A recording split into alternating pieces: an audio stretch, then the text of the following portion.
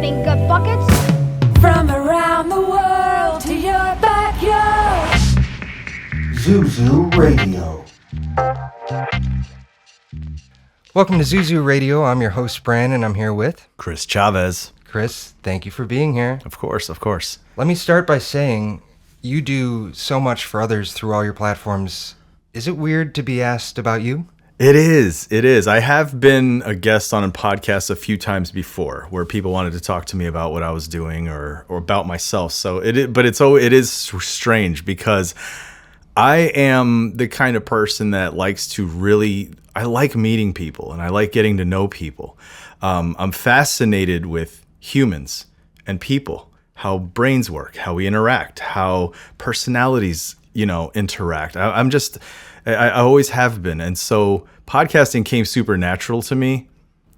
So whenever I'm being asked questions and I answer, I typically want to reverse it and ask the person. And so I'm going to do my best to not turn this into me asking you questions on the podcast. Sure. I understand. If it happens, that's understandable. Yeah. But yeah, it was funny because I was thinking back. I think the last 3 times that we've hung out, we've had microphones between us, right? We have, my second spot on your show. Yeah. Film festival, and now this episode. Yeah. And I was just thinking to myself, like, what does that say about us? What does that mean? Yeah. We only hang out when we can put mics in front of each other, right? Well, kind of like what you works. said. I really love the aspect of socializing with like a creative element in play. This might sound weird, but like to me, art sometimes is like my alcohol. It's like this social lubricant. It greases the wheels of any experience where you don't have this pressure to constantly have conversation going. Right. You can kind of transition into creative work, and even that's still like a conversation, just like in brainwave form. Right. And during that creativity and that interaction, you start to build the bonds where at some point you can evolve to not needing that. And you see somebody and you know them because you know them now. You know what I mean? But yeah, I get what you're saying. A lot of times, when I'm meeting a lot of the newer folks I meet too are creative folks. So it's easier to talk shop or interact in that sense because once we can latch onto that, it's easier to build off of that. You know what I mean? Yeah, definitely. And I mean, podcasting in a way is like the ultimate controlled conversation where you've had time to sort of preempt all the pathways that you're going to take, and what you want to get into. I suppose. I don't. I was going to ask you I about really don't. I don't plan. I don't plan anything ahead. Like when you come on, aside from like the first time you came on my show, I knew I wanted to have you on the show because when I first got into local music, so I'm not from this area. I was born in Queens, but when I was about 5, my dad divorced, about 3, and then he remarried when I was 5, and then we moved down to Florida, and I grew up in Florida. I grew up in the Tampa Bay, St. Pete, Clearwater area my whole life. I met my wife down there. She's from a little town called Portville. You know where Portville is? By Cuba, Rushford area. Not familiar, no. A lot of people who enjoy cheese curds know the Cuba cheese shop. So every time I say Cuba, they know it's not the island, it's the town, right? And it's the town. It's just like north of the Pennsylvania border. But I met her in Florida. She went down to Florida and she was living there for a bit. And when we got married, for the longest time, I always wanted to get out of Florida. I never felt like Florida was home. It's a funny story. I tell this all the time. When I was a kid, I grew up and anytime people would say, where are you from? I'd always say New York. New York is where I'm from. Florida's not my home. I remember when we moved there, like a week into living at our new house, I asked my dad, when are we going home? And he's like, this is your home. I'm like, no, New York is my home. I grew up always feeling like I didn't belong there. Even though, there was a lot of things I liked about Florida. I had friends, family. I just felt like I didn't belong. And I knew at some point, as soon as I turn 18, I'm leaving. I'm going back to New York, right? I was 18 and I didn't move. I had a girlfriend or a job, whatever it is that keeps you at a place, right? Until I met my wife. And then I was like, I'm getting out of here. And she's like, well, where do you want to go? I was like, well, I wanted to go to New York.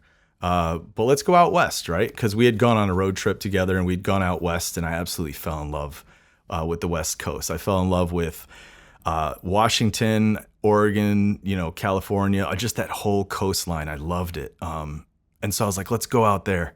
And when we were deciding to move, was when the whole housing market crashed back in the 2000s, the whole burst and everything, the bubble burst and all that stuff. So it was like, we're not going to move across the country where we don't know anyone, right? With zero safety net. Let's at least go somewhere where we have family. And her sister was living in Orchard Park.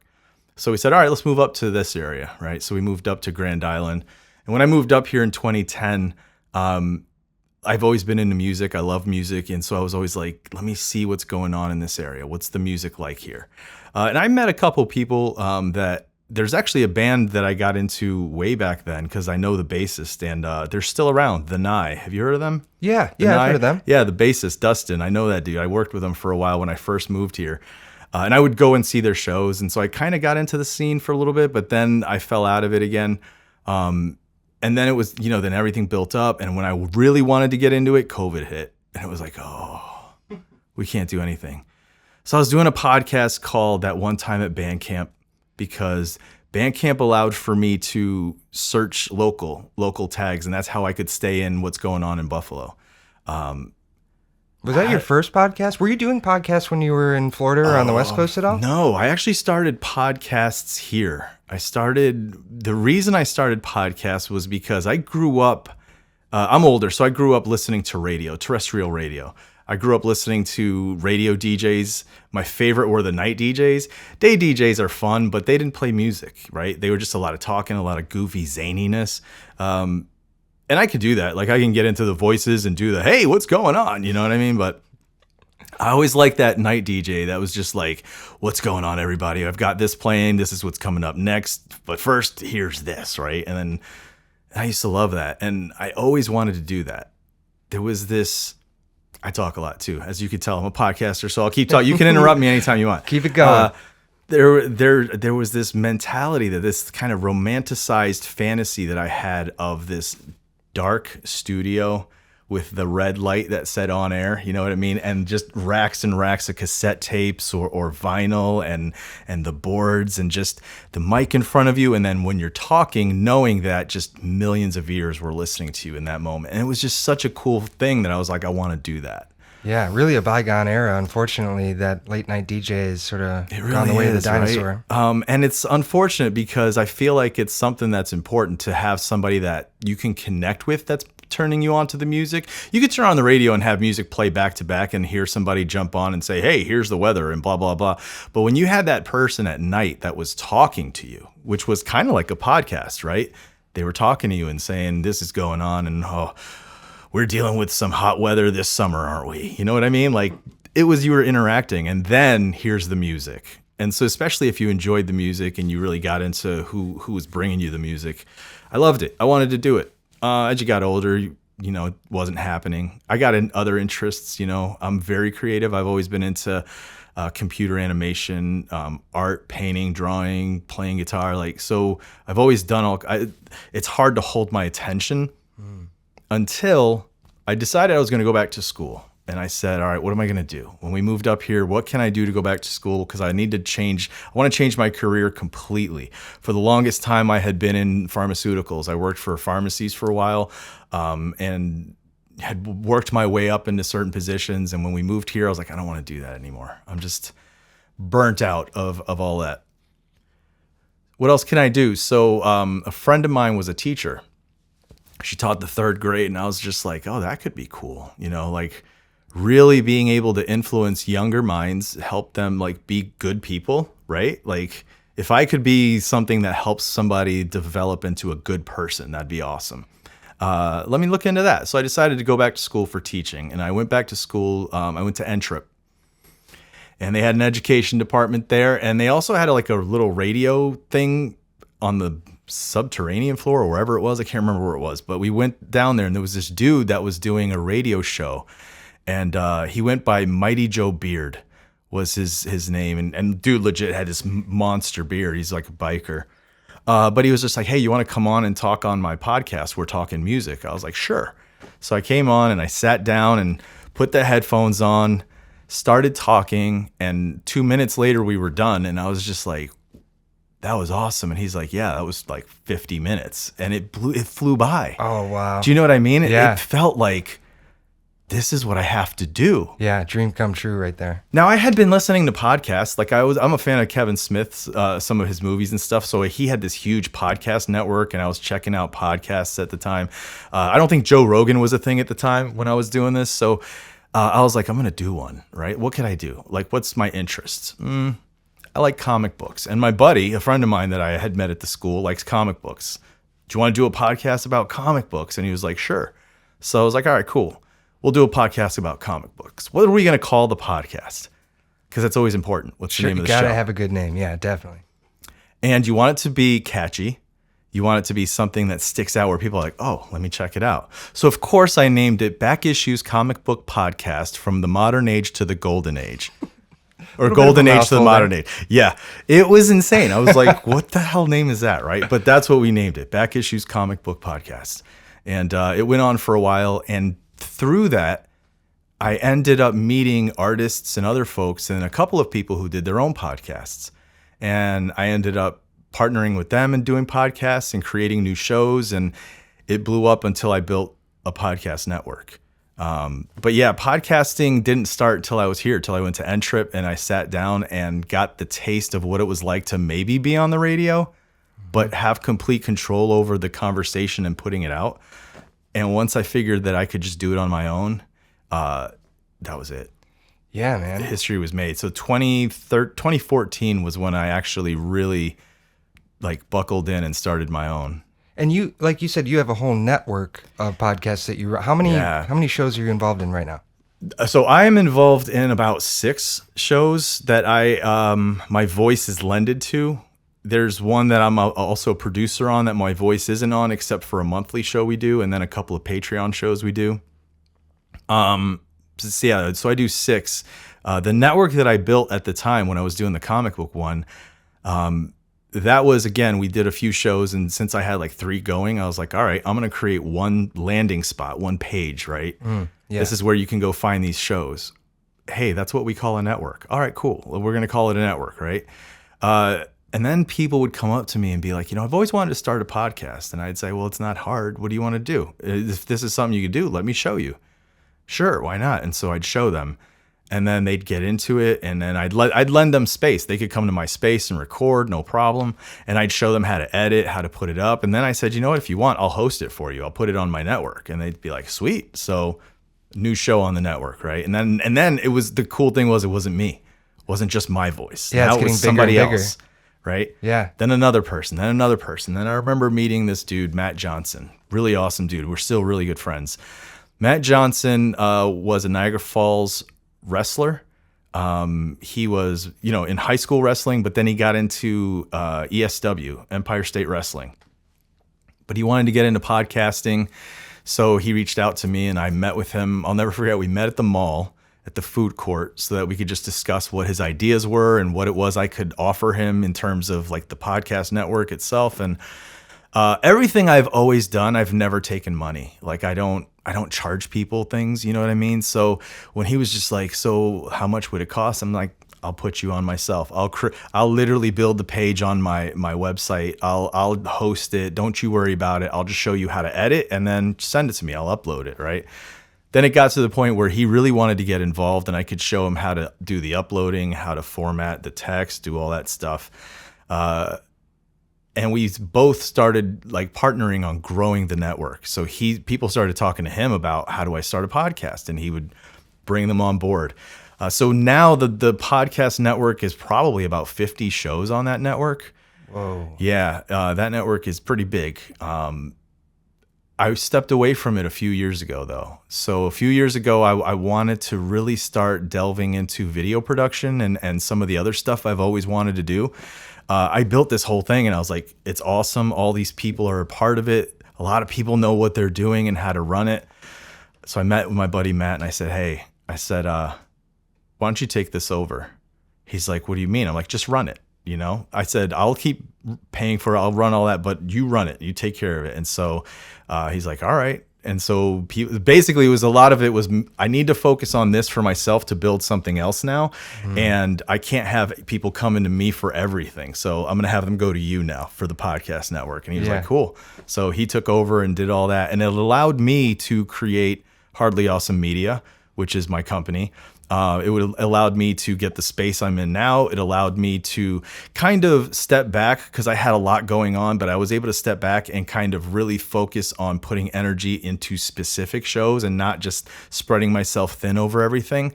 So it allowed me to do that, and it did allow me to start doing more video production. So I was able to start going out and filming some stuff. Now the thing is I wasn't doing anything around here. A lot of the filming and the production work I was doing was this other podcast that I produce is out of Massachusetts. It's a buddy of mine. Trev Allen has a show called The Struggling Artist Podcast. And with him, I've been doing a lot of video production stuff. We've gone and filmed shows, all-day festivals. I filmed house shows. We even produced a live show as well and filmed that. So yeah, the journey has been interesting. It's been long, but podcasting literally was born of just that love of radio and wanting to do it. Yeah, and I also really see this parallel or this sort of connection to the original idea of being a third grade teacher. Like the idea of helping anyone, I've said this before on the podcast, just like helping them realize their own potential. That's one of the greatest gifts you can give to anybody. And with the way that you set up this network of shows and sort of it's almost like self-perpetuating itself. The people that you're helping are helping other people come in. Everybody's lifted up like that, you know? It's That's just how it's always been for me. I've always felt like that's the way things should be. Yeah. Do you know? I really have. Like, I get it. Like we if we want to do this and have it be our jobs or whatever, we have to get paid at some point. And yes, I've learned to do that now because for the longest time I wouldn't charge anybody anything. was that a tough lesson? How did you break through this? I'm not going to charge to, It's okay, I've still got to charge. uncomfortable, man. It's so uncomfortable for me but that's the thing. It's like I know I have skills. I know I come with something that when folks who don't have that are willing to pay, I'll pay somebody else to do it. It's just a weird thing for me to say, well, let me be that person you pay. Yeah. Do you know what I mean? Yeah. And there's a few things that come into play, right? It's the what do you call it? Where you feel like you're not good enough, right? Imposter syndrome. Yeah. It's the imposter syndrome big time. Like, I think I have a very loud version of that in my head, which is the worst. It really is. It holds me back from doing a lot of things. But it's also this thing of like, even if I know I can do it, there's somebody better. You don't want me doing it. You know what I mean? see. Like it's a weird thing, but it also feels like, I don't know. I just feel like I've always wanted to help people. So taking money for helping feels wrong to me, you know, but I guess it's true when you have to. How did I get past it? It took a lot and years of my wife saying like, are you charging them? No. When are you going to start charging them? You got to start charging. You have to start charging them. And finally, one day somebody reached out and was just like, hey, I wanted you to film this. And if you don't mind, I'd like you to edit it as well. And I'll pay you. And my instinct was to say, don't worry about it. I'll take care of it. What do you want? I'll do it. Right. But I stopped myself and I don't know what it was, but this time I was like, no, I have to do it. If there's ever going to be a time to do it, now's the time to do it.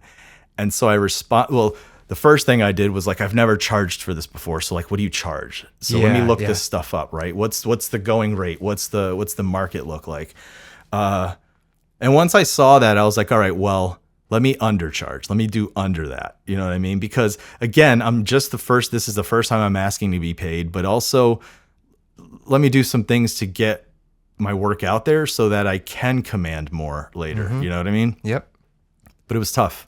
It is definitely tough, but finally, it was just a thing of, I guess, finally thinking to myself, all right, I have to. If I really want to, because if I want to at some point make this where this is what I do and not punch a clock for someone else, I have to take this step, whether it's uncomfortable or not. Yeah, because it's a time question, you know, like you are investing a bunch of time that could go to other places. Yeah. And to sustain yourself, there's some balance that has to be struck there.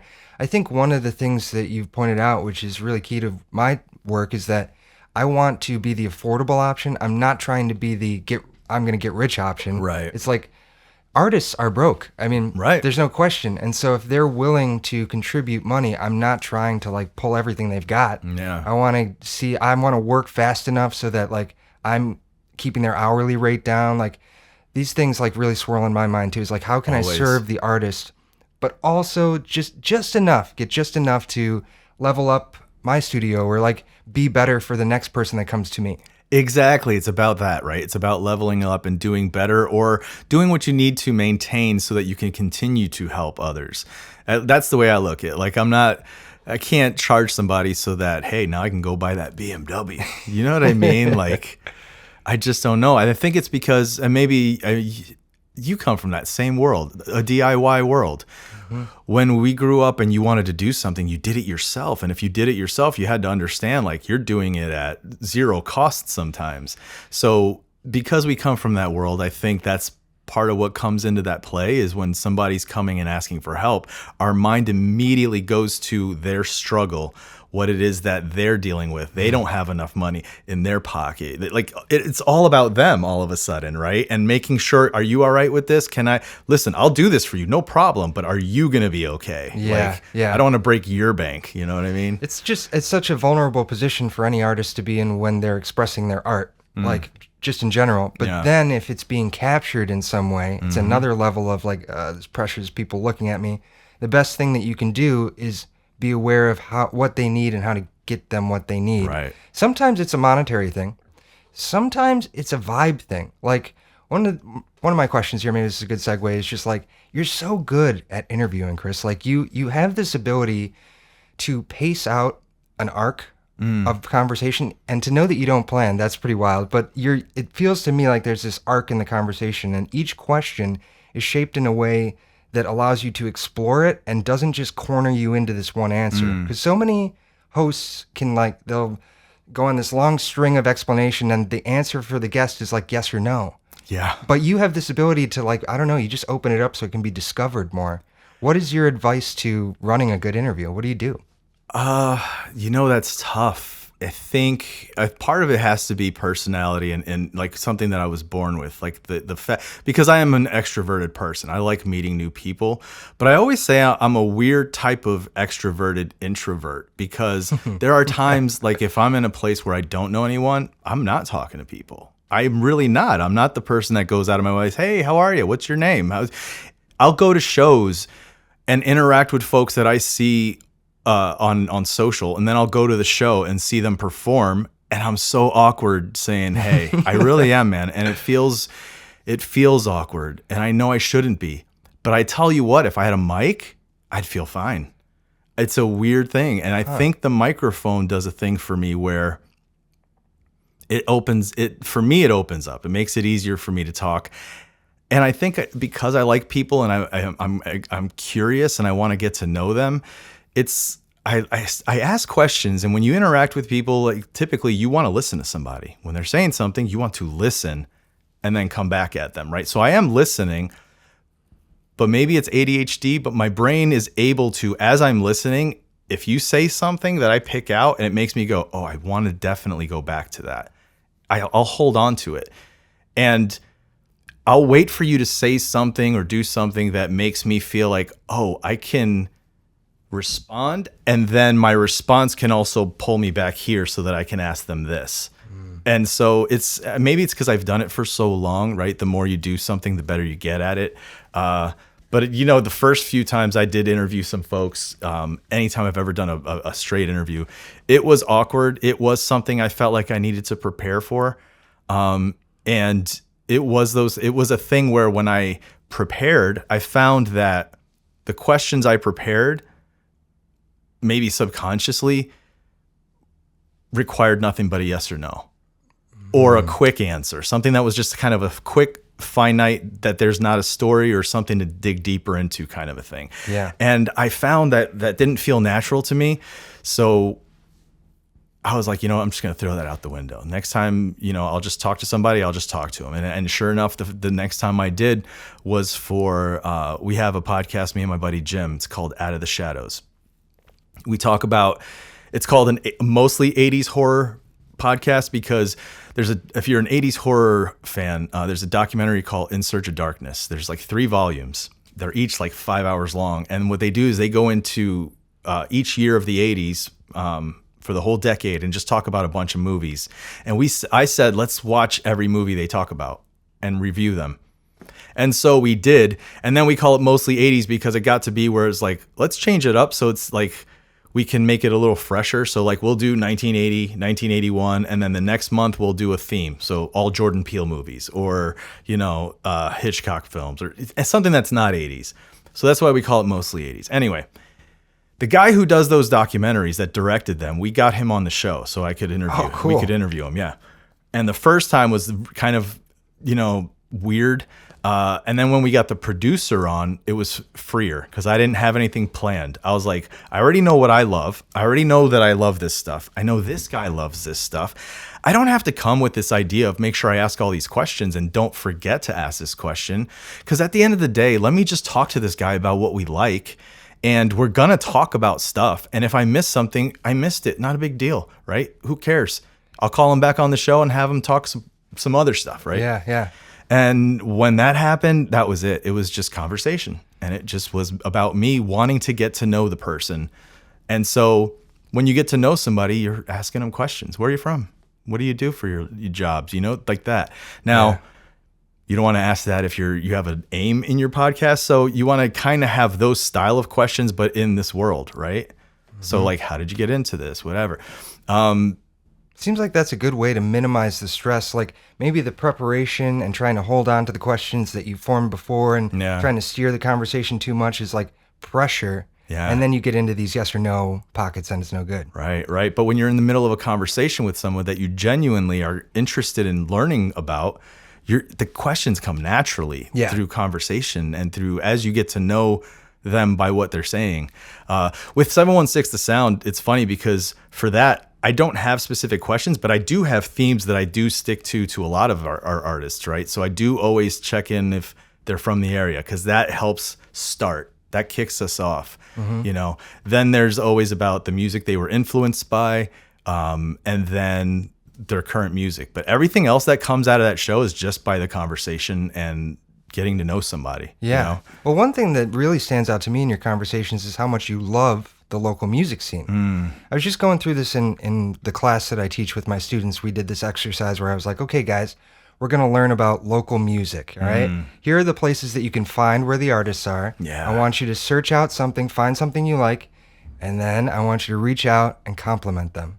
And they're like, oh, God, I don't know how to do this. And I was like, this is the obstacle for a lot of people. You go see a band you love. They come off stage. You want to say something, but you're like intimidated. You feel awkward, yeah. And no one ever compliments them. And then the band leaves going, did anyone like our music? Like, I mean, the validation of a compliment is so huge for an artist. It might inspire them to take the next step. And you might not even realize it. So making that move to like interact with them in a way that's like not, it's not superficial. It's like totally intimate and genuine. Yeah. I feel like it's hard to cross that Rubicon, so to speak. But once you do, you realize, oh, it's like the world doesn't end if I say, hey, good job, good show, or whatever. Great set. Yeah. Yeah. And it's just so important. And it takes me back to, this is a long way around, but just when we first met, I knew your name. I didn't know who you were. And that's because anytime I put something out, I would see Chris is like, monetarily supporting what I'm doing. And I was like, man, this guy seems really cool. I hope I cross over with him someday. Yeah.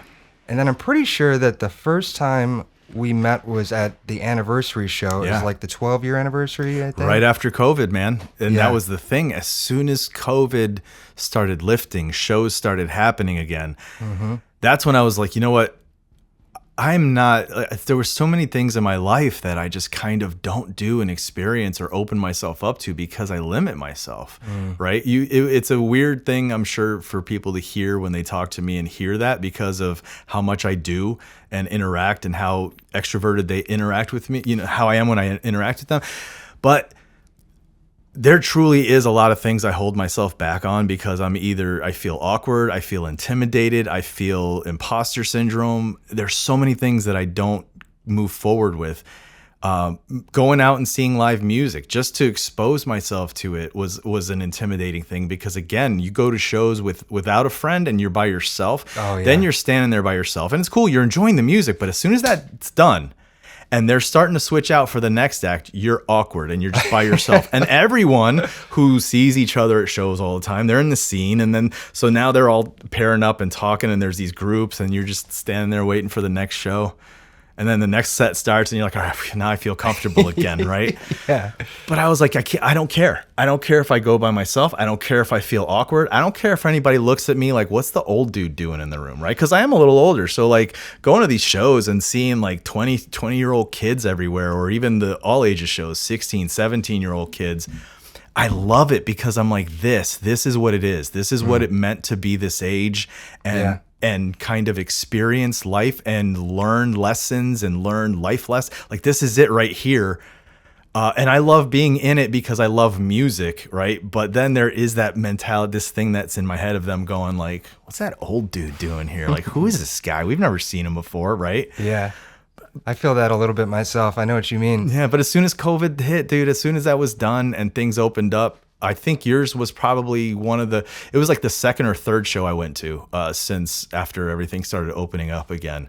Yeah. One thing that was crazy about you going to that show, well, first it was great to meet you in person, but then like talk about the gift of a compliment is after the show, you went on your podcast and did a segment as far as your reaction to the experience of the show. Yeah. And for me, like, I got to tell you, man, when I'm running an event, it's almost I'm there, but I'm barely there. Like, I don't know. Yeah. I can't perceive the event because I'm executing it, right? It's a whirlwind, yeah. And then when I get to hear it back through someone else's eyes, that's when I'm like inspired to continue, because it's like, wow, it resonated in some way. And it was just so cool to hear you like take that whole thing apart and, you know, examine it. Yeah, it's crazy, man, because it was because of that show that kind of started sparking this real intense, like, where I had to devour as much as I could from the area now. Not just going to live shows again, but literally just local. Let me go watch all of these musicians and stuff. So then I would do it. I would dive into Bandcamp and I'd find this band. And I'd God find bless that band. Bandcamp, right? Like, they're one of the only resources that really allow you to search locally in a way that's feasible, right? I tell everybody, man, anybody that's a music fan, I always say check Bandcamp, because even if you're a music fan that's like, I'm stuck with my stuff. I grew up in the 90s. I love grunge. They don't make music that way anymore. Oh, yeah?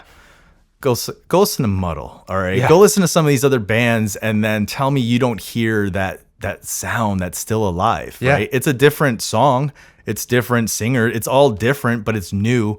But it still has that energy. It still has that what moves all of us, right? So yours was like the third one I went to, and that's what made me start getting into a lot of the local, because I saw the acts that were here. Some of the reason I really wanted to come to this show was because I loved Clump. That was that band, man. When I heard you guys and your stuff on Bandcamp, I was like, this is so different. Because it just is like Jake's voice is different. Like, you don't typically hear people sing that way. The music to me always sounded so chaotic but uniform. And I absolutely loved it. So when I found out, oh man, they're gonna play this anniversary show, I'll finally get to see them, right? And I went and saw the show and I blew away. But then seeing everybody else perform and your other projects, and I was just like, this. You heard it. You heard me talk about it on the show, but I was blown away, right? Yeah, man. And it made me say, really cool. What else is out here? And after that, forget it, man. I tell everyone that even listens that Buffalo's where it's at. Like, go through the history books, go through music history, and you're going to see there are all of these different pockets and cities through time that had explosions of creativity, where the music and the artists and the kind of things that came out of it were just so unbelievably talented and dynamic and empowering. And it's just all the words that you want to hear about saying something's awesome, right? Yeah. I was finding it here. And I was just like, this place, like, how does no one know what's going on in Buffalo? How do they not know?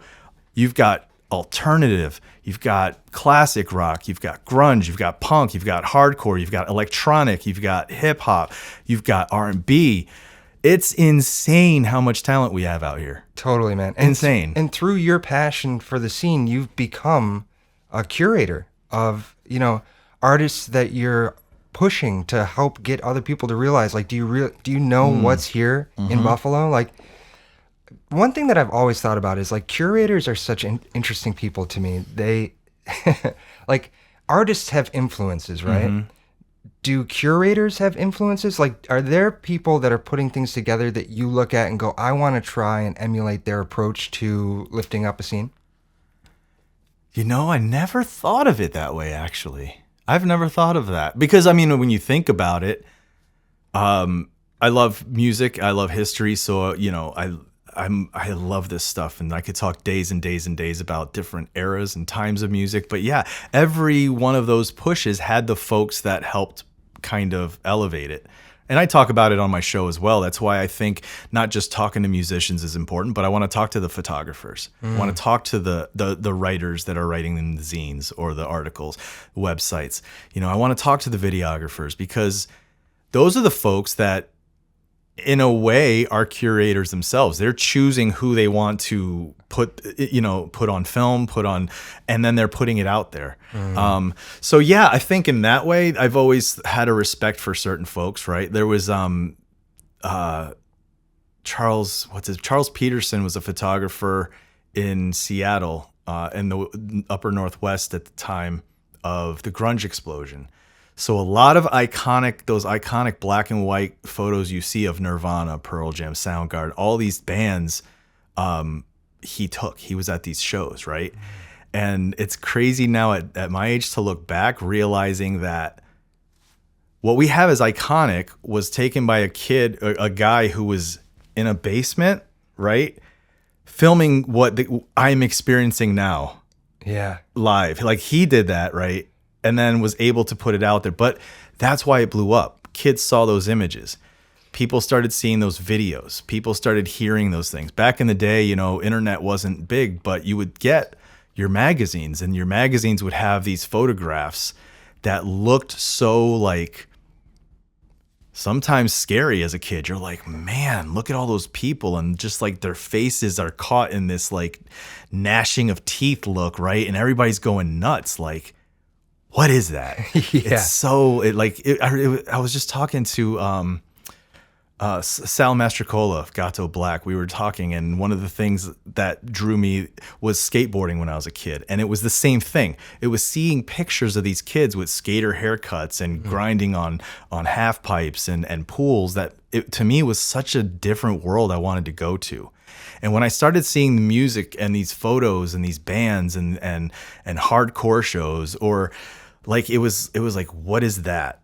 And I've always loved music, always enjoyed going to live music. But again, when you get that chance, it starts to come back. It's like, I got to go see it. I got to go see it. I got to go check it out. I got to get in there. So I would say Charles Peterson's work in terms of photography was something that I would say, I could look back and say, this is somebody who influenced a scene or helped something. So I guess you could say that's something that I look to.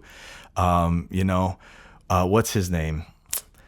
The guy who ran the Fillmore West and Fillmore East back in the 60s and 70s. Like, he was the one putting on the Grateful Dead, like putting them on stage, right? Before they became big, before Deadheads and all that stuff. Like, he was the one giving them chances. He was putting Santana on stage. He was putting, Jefferson Airplane on stage. Because of that, we get this San Francisco sound, right? This whole era of things happening. So yeah, all of these things, man, it's an interesting thing to look at, but I don't think I've ever really thought to myself the curators.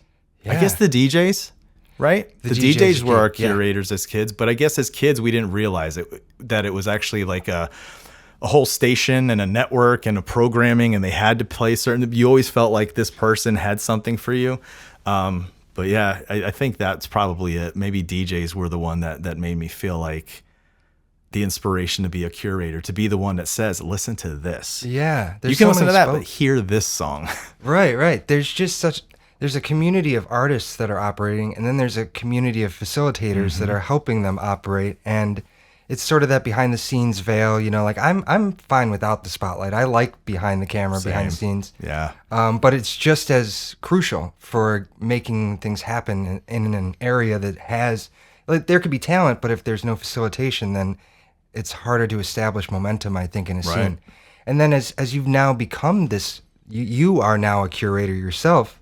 Do you ever find yourself having to balance this like tension of curating and being inclusive? Like someone's always going to get left out, you know? So like, how do you deal with that struggle? And have you ever like got blowback from like, hey, why didn't you mention me, man? Like, So no, I've never got blowback, which is awesome, right? Like, cause that is the thing. There is a guilt that comes into like whenever I'm promoting something, thinking, well, there's like 10 others I could be promoting also. I don't want to put out a 4-hour podcast. No one's going to listen to that, right?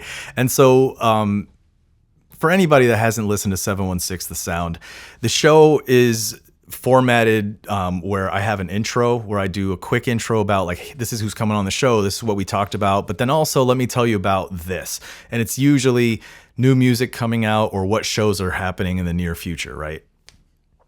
And in doing so, whenever it is that I'm promoting something or saying you should check this out or listen to this or go see this band, when I finish that segment, I always try to say the same thing over and over. I always try to say, as always, this isn't everything happening, right? This isn't all the new music. This isn't all the great stuff that's going on, right? So please make sure you're following these folks so that you can get that information when it comes out.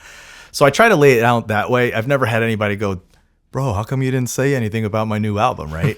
But on the other side of it, there is a pressure because I'm very aware that I have a wide variety of tastes in music. However, it leans heavily to rock music, alternative, rock, punk, hardcore. And then I would say my absolute second love is hip hop and rap. But then open it up. I love R&B. I love experimental. I love easy listening. I love jazz. I love electronic, EDM. Like I like it. I love it all. If it's good, it's good. So a lot of what I focus on, the folks I talk to and the stuff I push is a lot of the, rock side of things. And I'm trying to be a little bit more aware of trying to bring in more. Like I really want to start bringing in more folks from the hip hop community, the R&B community, the electronic community, because like I said, it's there. The talent's there. It's fertile. It's a lot. There's a whole lot of artists and bands and, there's so much, and I just feel like right now, once I am able to talk to one person and this person, because this is kind of the scene and the people I've been kind of familiar with, then they introduce me to this person or this next person, and it's like, oh, okay, let me get you on the show. yeah. But it's still within this realm, right? So I've been making a conscious effort now where I've got a few folks that are into the hip hop scene, that are in the hip hop scene and the EDM scene that I'm going to try to be pulling on the show. And then again, the door's wide open. It's not just an alternative podcast or an indie podcast. It's the sound, right? So it means anything that's playing out of here. And I want to get those folks on at some point and help promote that information, that music, that new album, whatever it is. But there's definitely, it feels like a responsibility. Yeah. But there's a responsibility that if I'm going to say this is the sound, I'm not saying this is the sound, hey, we're all rock. No, we're not. There's a lot out here, Americana, country. There's a lot out here. Dude, yeah, I feel like we're similar in the sense that we're always like dreaming about the next thing, how to expand, how to grow, how to be more present, how to lift up more people, Yeah. We're always moving pieces on the board, like get to that finish line just a little sooner, Yeah. But every once in a while, life kind of forces you to slow down. Sometimes it's like just stop, you know? Yeah. And, you had to deal with some medical issues back and kind of took you out of the game for a while and kind of wondering. It did, too. At the worst time, it felt like, yeah. Right? It's always the worst time. There's never a good time to slow down. Right. But for someone who's constantly doing stuff, what did it feel like to stop? And do you still feel the lessons of that time now that you're active again? Like, do you feel the effect of the experience on your work now? Yeah, I had a medical scare at the end of last year. It's going to actually be a year in August. August 7th will be 1 year. But last year I had diverticulitis that ended up rupturing. So I ended up having a hole in my colon. Crazy. That I didn't know, right? I walked around that way for a week and ended up getting really sick, had to go to the hospital. And I was in there for 19 days. And in the hospital, I said initially that it was at the worst time because I had just kicked off 716 The Sound. It was like a new show. That's like, right. I think maybe the third episode had just dropped and then I was in the hospital. And it was on the weekend that the next episode was supposed to drop. So already it was like I'm missing a week and I was like, oh God, here we go, right? And then it just kept getting longer. I'm in the hospital longer. And I was like, man, this is crazy, right? In terms of getting me to stop, it still didn't. And that's I heard Working a lot from the about hospital it. bed? Oh yeah. I heard a lot about it. I heard a lot about like, dude, just relax. Like you don't have to do this right now. I'm like, I know, but like, what am I going to do? I watched enough TV. I'll tell you that. There was a lot of TV on for a while.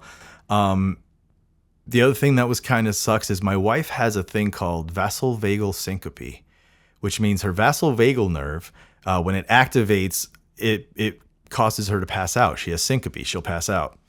And what makes it react, that nerve, is medical settings. So she couldn't come visit me.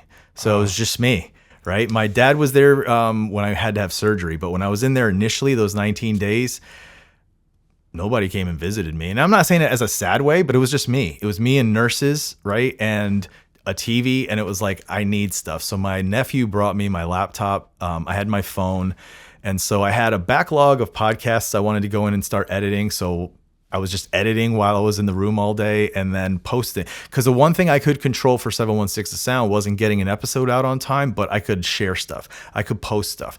People were putting out albums, music, shows. I could keep sharing it so that it was getting out there. I could put it on my reels, whatever it took. So I didn't take the slowdown, but what it did teach me was like, we don't know. We don't know anything, dude. Like I could leave here today and that's it. Right. And you just don't know. So I think that was a big thing too. That was a big lesson of this kind of all this stuff that would hold me back. These things that would make me feel like maybe I'm not good enough. Maybe somebody wouldn't like it. Why am I can't do that anymore. I just have to do stuff now. And so what I have done in the past year was ramp up my work and productivity and my ideas and the things that I have that I want to do. I'm, about to embark on a new thing here that's going to add a whole lot more work to the plate. But I think at the end of the day, it's going to be something that, I love doing anyway. And it's a result of the lesson I learned, right? It's the idea that like, if I'm not going to be here tomorrow, let me do this so that it got done and it happens. And at least it happened. Right. It didn't not happen. It existed. Right. Yeah, man. I think about that a lot. Obviously, because you were at the anniversary show, you saw the reenactment of my version of what you went through. Yeah, that was crazy. Which was getting stabbed during a robbery where I worked. Jeez. And if it's any consolation, I woke up the next day after surgery and stuff, and I was supposed to have an anniversary show the day that I was stabbed. Man. And so I was like, let's go. We're doing the show. I'm fine. Let's just make it happen. I don't care. And then like an hour went by and I'm like, oh shit, I can't do anything. I can't do anything. And the lesson for me in some ways was, it was twofold. One was there are other people here that can help you. Yeah, like it that's doesn't tough. have to be you all the time.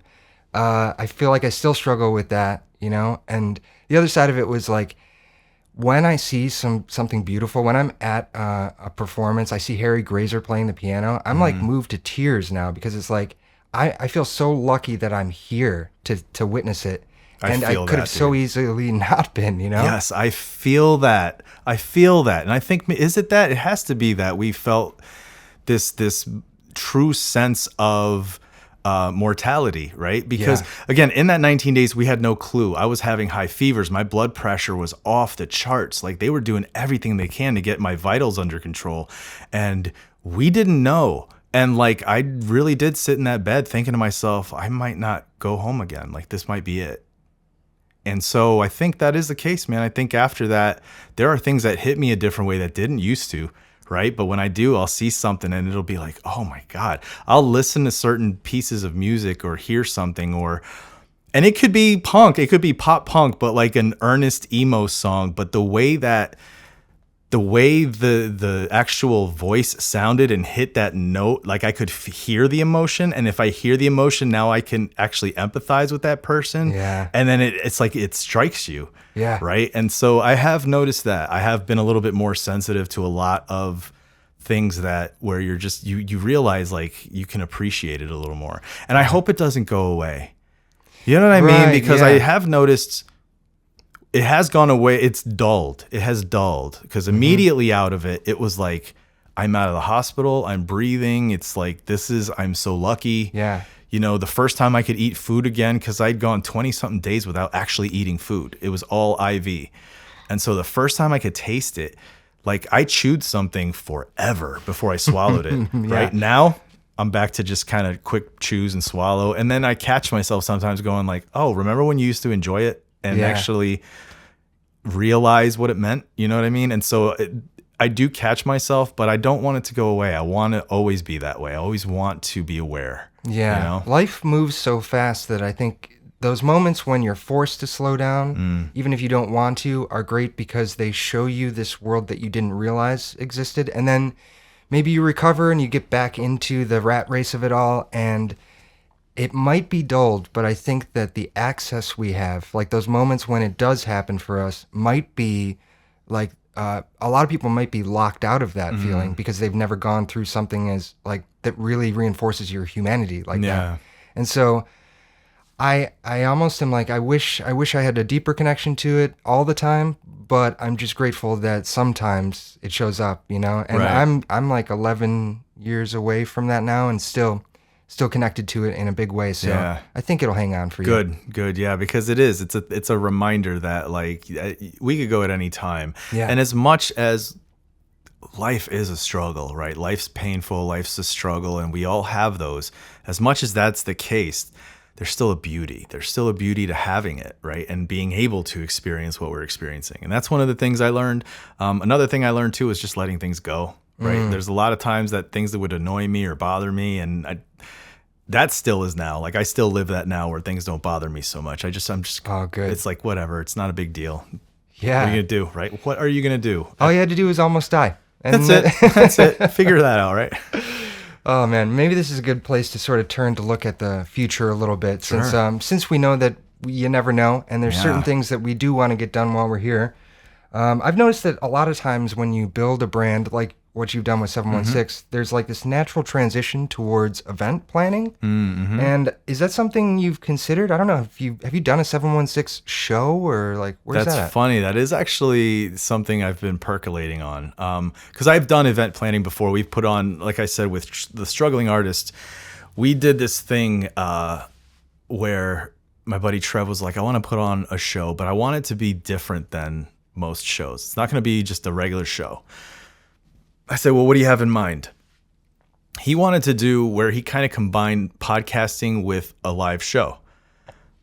And the way he did it was, if for folks who are older and know, there used to be these shows on MTV or VH1.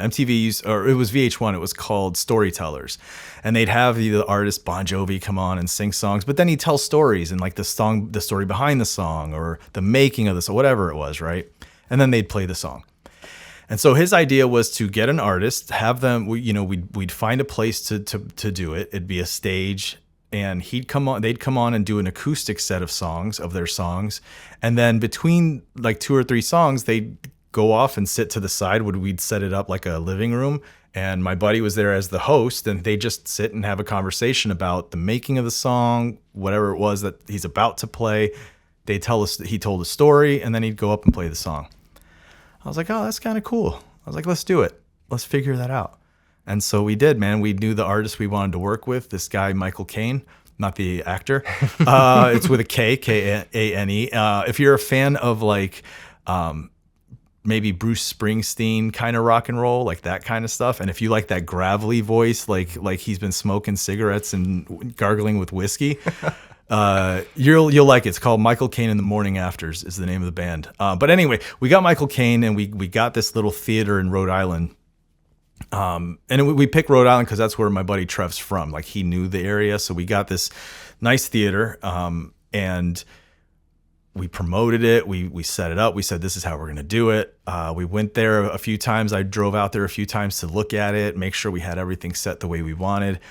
Got our posters made up, all the promotion, and it was a 50 cap room, and filled it up. 50 people came to see it. And these are people who came to just see live music that night. They didn't know who it was, but it was awesome. It was just like, and you know what I'm talking about here. There's this kind of adrenaline that you run on. Oh yeah. When things are happening and you need to make sure it's happening, and it's super stressful. but there's some weird feeling that you get after it's done that stress now is almost like a release. It feels good. Yeah. Right. For sure. And so we like that whole thing. We're doing it. We're filming it. We have the whole thing. If anyone's interested, it's on YouTube. You can watch the whole performance. It's called An Evening with Michael Caine on the Hardly Awesome Media YouTube. Anyway, we filmed the whole thing. It was done. And it was like you said, it was like, I don't remember any of it. I had to go back and like after I edited it, I watched the performance and then I thought, oh, this is what we watched. Yeah. Because I had no clue. It's wild how that works out. You just almost like black out. Yeah. So I've done it before, and I've with 716, I was like, this could be something I could do. I could use 716 to put on a stage of folks I think people should be listening to. Who would your dream lineup be? Oh no, man. You can't do that. There's so much good stuff out here, dude. Do you want to know why I say oh no? Because I was when I was away this weekend, I was sitting at this cabin and I was just messing around on Canva, just putting stuff together. And you know how they do those festival posters? Yeah. So I was like, I'm gonna design a festival poster, but my dream festival of all 716 acts. There you go. And it had like, and it was an eclectic mix. Like I had hardcore on there, alternative, punk, indie, hip hop. I'm a huge fan of Do Crime. They're one of the newer hardcore bands in the area, off of Triple Hammer Records. They were great. I'd like to see them on there. Spaced is another great hardcore band. Yeah. Then you've got, alternative bands like some of the younger bands like Prairie Pavement are absolutely bonkers good. Like I love seeing those guys play. Love to see them, live. Then you've got John Toohill's bands. Name them all. Like, let's just have them all there, right? Let's just have everyone there. We'll just have Science Man there. Spooky Visions is fun, man. It's C Saint is a hip hop, a rapper around here. Just put out a new album called Earth. It is like if you're a fan of almost like that old school Busta Rhymes, Ludacris style of rapping, like not exactly, but like when you listen to it, you'll get it. You'll be like, oh, I get it. It's that vibe. C Saint's great, dude. He's awesome. Have to check him out. There's another rapper, amazing lyricist, bro. Amazing. His name's the Genesist. He's awesome, dude. Oh my God. Neftali is a great rapper who also heads Jewel Tone, which is a great band. Love Jewel Tone. Yeah, dude. Like that's what I'm saying. Like there's so many bands. It's a really unfair question. Jake King and that new Mary Locker album is so good, dude. I know. It's so good, right? Jake Smolinski, I'm a fan of his stuff. I'm a fan of your stuff. Like I said, it's so tough. It's kind of packed. It's hard to pick. Yeah. It's so good. There's a new horror punk band from around here that just started called the Mausoleums. If you're into like old school like Halloween Misfits horror kind of punk, right up your alley. They're really good. The Mausoleums. Robbery Club's a great band. Yeah, dude, like I said, I could go on forever. Right. But yeah, I would love to, man. Putting on a show would be a fun thing to do. It's something I've thought about. There was I wanted to do something with Trev out in Boston where we did a few Buffalo bands and a few Boston bands and like figured it out one way or another. Like maybe had, one of them come out and then all travel across from Boston back to Buffalo or vice versa. You know what I mean? Yeah. And hit shows as they went. Because I know some folks along the way. I know some folks in Utica. I know some folks in Rochester, Syracuse, so Troy just out of Albany. So there's a path I can take and I can reach out to folks and just say, hey, can we do something? At some point, maybe, right? But that's not out of the question. It's definitely percolated in my head. Well, I know that you've also got this other huge lift coming up that we've got to talk about before we close it up. Yeah. And that is that, you're kind of building your dream, which was to be one of those late night DJs that's curating tunes. So speak to that, because I don't really know much about where you're at with this whole thing. So you can tell me, fill me in. So when I did my Back Issues podcast back in the day, there was an online internet radio service called MixLR. It's still around. You can use it.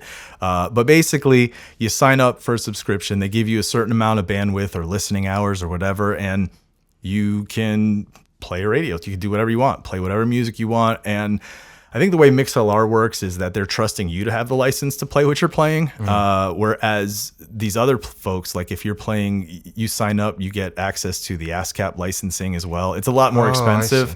Yeah. So I said, you know what? I want to do a radio station, an internet radio station where you can go online 24/7. Just anytime you click it, it's all our music. It's everything just from this area, Buffalo, Western New York only. And when I say only, it's not to be like we're better than anyone, but like I want it to be specific to that. That's the point, right? We do have WBFO The Bridge, which covers Buffalo, Western New York, but then also into Southern Ontario. So Canadian, which great. We love our Canadian friends. But for me, I was like, I want something that's ours, which means that we can go onto it at any time and listen and be like, hey, there's my friends. I know these guys. I love their new song, right? Or somebody from Thailand is scrolling through and finds something and hits it and goes, I like this music. What is it? What is Buffalo, New York? You know what I mean? Like, that's my dream, is for that part to happen. Like, we all know how good our music is. We do. We have friends. We support our friends. We listen to them. We tell people to listen to our friends. But the guy that's, waking up in Indiana this morning to go start working in the fields, like, I want him to put his earbuds in, open up the app for my radio station, and just hit play and start to listen to music because he knows there's great music coming out of this city. You know what I mean? Yeah. So I'm setting up an online internet radio station. It's with another platform. It's a platform called radio.co, and those, I don't know if it's gonna pay me. No, I'm just kidding. Advertising. No. Radio.co, it's a bunch of folks that made this thing. They're all radio veterans. They all know it, right? So the software, the platform, everything that they have is what professional radio folks are used to using. So when you're building your schedule, you're loading your music, all of that stuff, it's the interface is exactly what they're used to. So basically, I'm signing up for it. I'm gonna create. I've already got my website for 716 The Sound.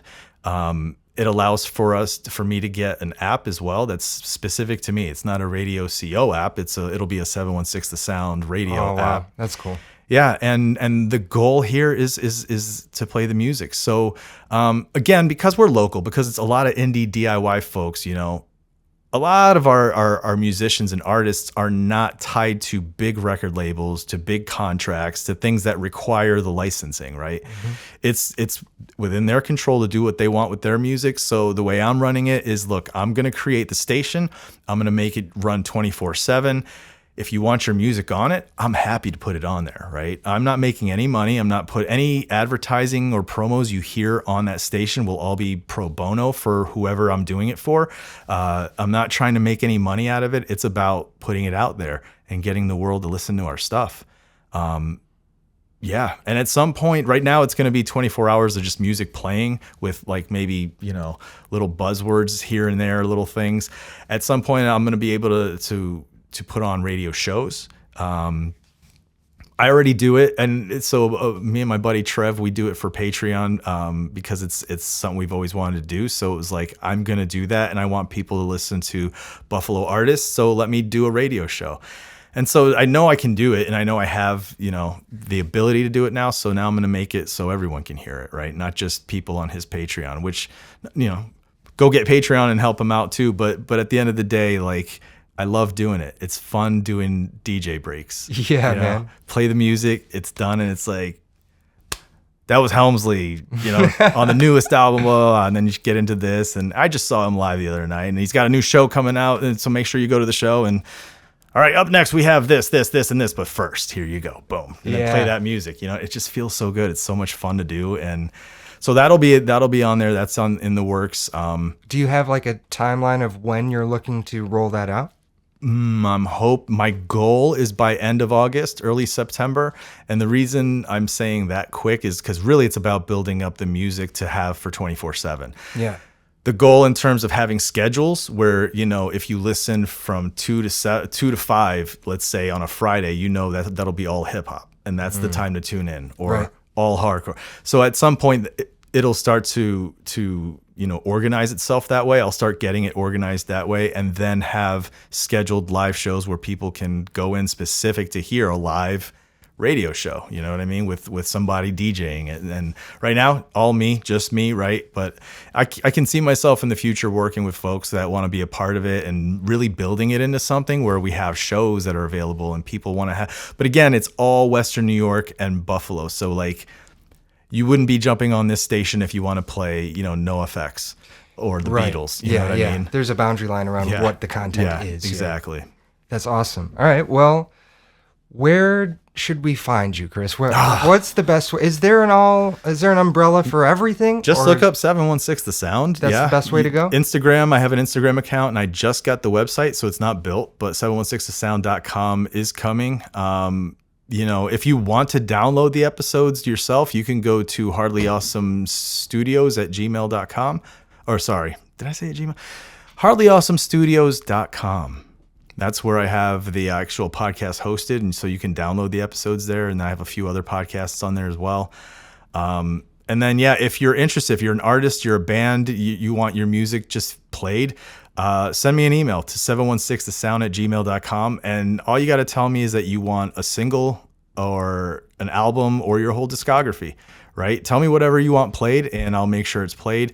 If I have access to it on Bandcamp, no need to send me anything, right? Otherwise, then please send me something so I can use it. Otherwise, I'm going to Bandcamp and I'm going to pay you so that I can use your music. That's basically how it works, okay?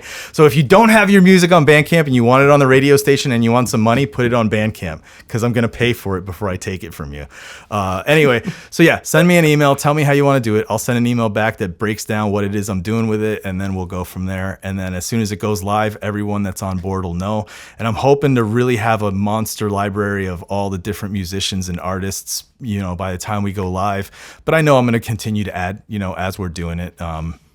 But I've had a pretty good response. I just put this post up yesterday morning, I think, and I've gotten like 30 responses from different artists and bands around here that are just like, this is awesome, dude. We've been looking forward to something like this. Play everything we have. And I'm like, cool, no problem. I got you. There's definitely a need, I think, for it. So, especially with, you know, public media and music and all this stuff just kind of coming under fire right now, you know what I mean? And losing funding. I think it's important to provide this still. And I don't care. I'll foot the bill. I will run this and put it out there so people can listen to it. It's important. Don't forget that sometimes you should get paid. At some point, you know, we'll go, right? I said all that stuff is pro bono now. If it becomes something where, you know, financially it's something I need to do something to make sure to offset that burden. Yeah, you know, but right now, it's about putting the music out and getting people to listen. Hell yeah. Yeah.